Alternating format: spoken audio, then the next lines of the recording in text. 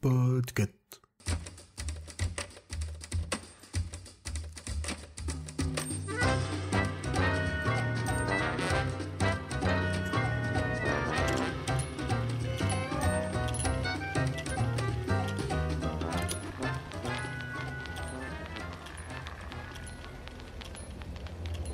Not to be named.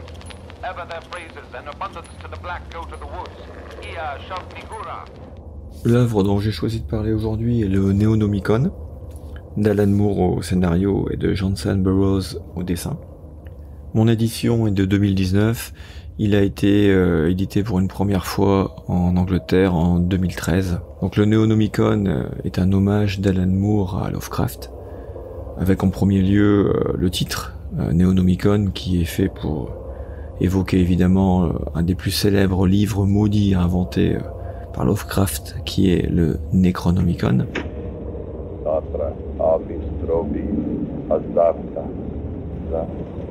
Mais qu'est-ce que c'est que ce truc-là?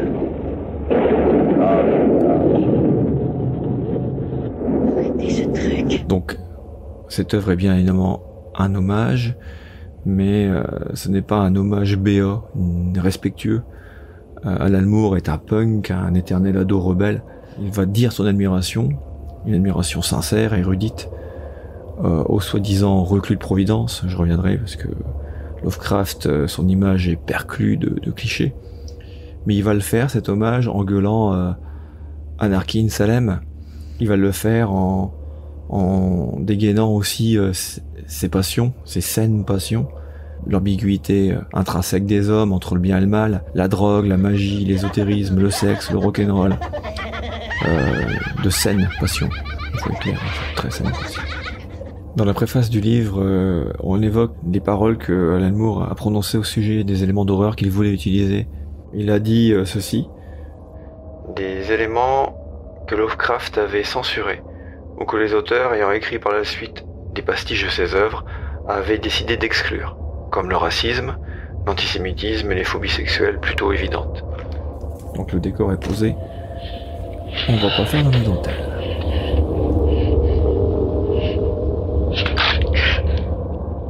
Je pense que c'est le moment de mettre les avertissements. Le Néonomicon est une histoire qui aborde des thèmes qui peuvent être très difficiles pour certains et certaines. Les violences physiques et sexuelles, les troubles mentaux, la drogue. Il faut vraiment, lorsqu'on décide de lire cette œuvre, être prêt à assumer des moments très sombres. Voilà. Il faut juste en être bien conscient. Alors Lovecraft, pour ceux qui ne sauraient pas, est un auteur qui a fondé l'imaginaire de la pop culture du XXe siècle. Enfin, son œuvre est surtout reconnue après la fin de la Seconde Guerre mondiale. Vous devenez le maître de l'imagination des matières, plus fort qu'Edgar Poe. Vous créez une langue précise comme celle de la science, une langue qui n'existait pas avant vous. C'est un auteur sur lequel les clichés sont énormes. Le célèbre reclus de Providence, par exemple, alors qu'il n'a jamais été reclus après son adolescence. Il voyageait certes au rabais, mais il voyageait, il entretenait une correspondance qui est absolument hallucinante avec des centaines de personnes, et surtout, il a créé un univers narratif, une cosmogonie ouverte. Chacun pouvait s'en emparer et l'enrichir. Ça, c'est quelque chose de très intéressant. Et Lovecraft est vraiment le fondateur de l'horreur moderne. Les choses organiques qui hantent cet affreux cloaque ne sauraient, même en se torturant l'imagination, être qualifiées d'humaines.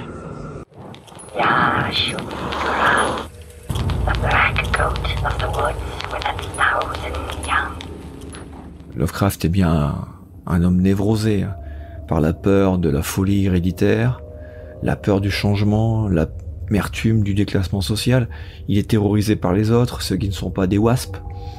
Il déteste aussi les idées nouvelles, sauf dans le domaine scientifique. Contrairement à un autre cliché qui est souvent présent sur lui, on retrouve dans ses textes, dans ses œuvres, les dernières découvertes en physique notamment. On trouve des théories d'Einstein dans Lovecraft. C'est dans la terreur et la haine que vous trouvez cette puissance de description. C'est sans doute regrettable. Mais chez vous, Lovecraft, Ce sont des auxiliaires plus efficaces que l'amour et la confiance. Lovecraft est un conservateur blanc américain. Il marine dans le racisme systémique d'une Amérique qui se veut blanche et chrétienne. Il est séduit, alors intentionnellement, mais par le fascisme, qui est né dans cette vieille Europe qu'il fantasme, qu'il idolâtre. C'est aussi un antisémite marié à une juive, un homme pour qui le sexe, la sexualité était dégoûtante, aussi dégoûtante qu'une assiette de tentacules visqueuses. Mais quand on regarde profondément dans ses œuvres, on trouve nombre d'images implicitement sexuelles. Il y a quelque chose, ses phobies, ses névroses sont sublimées dans son œuvre. Alors avec une certaine retenue, une censure, mais il y a quelque chose de très subversif dans l'œuvre de Lovecraft. Alan Moore va reprendre tout cela et va en faire quelque chose de déroutant, de sombre, de totalement irrévérencieux, le tout dans une très belle déclaration d'amour à Lovecraft. Moore a déclaré à propos du Néonomicon: « C'est une des œuvres les plus sombres et misanthropes que j'ai jamais réalisées. J'étais de très mauvaise humeur. » Tu m'étonnes. Alors là, ouais, tu m'étonnes. Parce que c'est très sombre. Ce qui correspond aussi à ce que fait Lovecraft dans ses œuvres, hein, c'est-à-dire que les personnages ne s'en sortiront pas. Alors je vais vous résumer un peu l'histoire, hein, pour poser un peu le concept. Une quinzaine de meurtres au modus operandi identiques et pas moins de 3 coupables différents. Voilà qui n'est pas banal, y compris pour Aldo Sachs, qui est un limier du FBI dépêché à New York pour enquêter sur ces faits. Alors cet enquêteur est à l'origine d'une théorie, la théorie des anomalies, qui lui fait comprendre que 3 meurtriers qui n'ont pourtant aucun lien, qui font exactement la même chose, qui transforment leurs victimes en monstrueuses fleurs de chair et de sang, sont liés par quelque chose. C'est quelqu'un qui se met en enquête sous couverture, enfin il rentre dans le milieu et il va on va l'amener vers la piste le club Zotic, avec beaucoup de musiciens underground. Son intuition va se révéler à la fois vraie et très dangereuse. Et quelques mois plus tard, on a 2 agents du FBI, Gordon Lamper et Merrill Breers, qui débarquent pour savoir ce qui s'est passé. Et cette enquête va les mener vers la ville de Salem et vers un cercle de zélateurs de Dagon. Alors la version que j'ai lue est celle regroupant en un seul volume chez Panini Comics et Avatar Press 2 histoires. La Cour, qui est une adaptation par Anthony Johnson d'une nouvelle en prose de Moore, et ensuite le Néonomicon, une histoire écrite par Alan Moore, qui va développer, prolonger les personnages et le sujet de l'histoire précédente, hein, de La Cour. Clairement, Moore est un érudit de l'œuvre de Lovecraft. Il va truffer son récit de références, qui sont aussi des clins d'œil aux lecteurs et lectrices de Lovecraft. On a des groupes de rock qui portent des noms de textes et de lieux de ces histoires, ce qui est assez ironique parce que Lovecraft détestait le jazz, qu'il considérait comme une musique dégénérée, donc imaginez le hard rock ou le punk. Aldo Sachs, qui est l'enquêteur du première histoire, est assez physiquement proche de Lovecraft, sans parler de son côté facho. On retrouve aussi des allusions très claires à l'ouvrage Le Roi en jaune de Chambers, qui est une œuvre que Lovecraft admirait et dont il fait référence dans ses textes. On retrouve aussi d'ailleurs des références à cette œuvre dans la première saison de True Detective. Alors pour celui ou celle qui sait, c'est un festival de références, c'est jamais lourd, c'est même très agréable, c'est un jeu de piste, un jeu littéraire. Pour ceux et celles qui ne connaissent pas bien l'œuvre de Lovecraft, ça ne gêne pas la lecture. C'est juste que l'assaisonnement du plot sera un peu moins équilibré. Moore va donc retourner les névroses et les aspects sombres et peu recommandables de Lovecraft pour en faire des outils de narration. Comme j'ai dit au début, c'est un hommage punk, sans complaisance. Moore traite Howard de connard raciste et de coincé du slip, ça c'est clair, mais il le fait bien, en mettant en avant ce que l'auteur a apporté à tous les champs de l'imaginaire contemporain. Il lui met des coups de dogue dans le fion, mais en lui disant merci.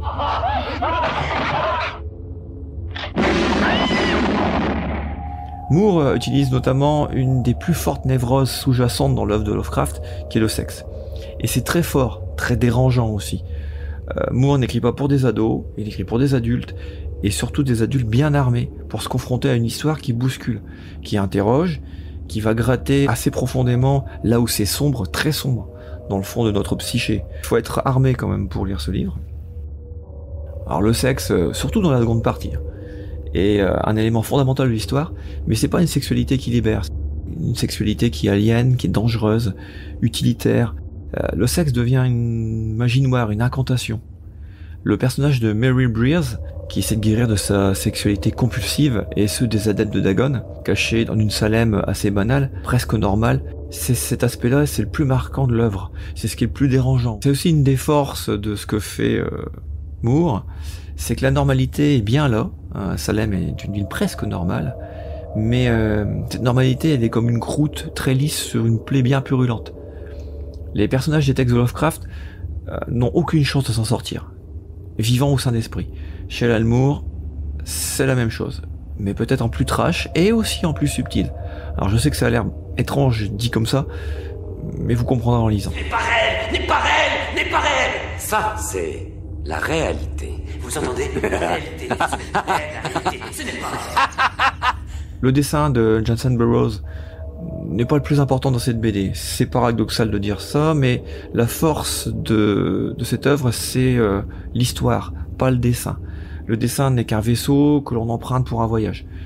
Il n'est pas mauvais, il n'est pas transcendant, il est utile, efficace. Et il permet de visualiser l'innommable, de concrétiser l'indicible. C'est un dessin qui nous emporte, qui est au service d'une histoire.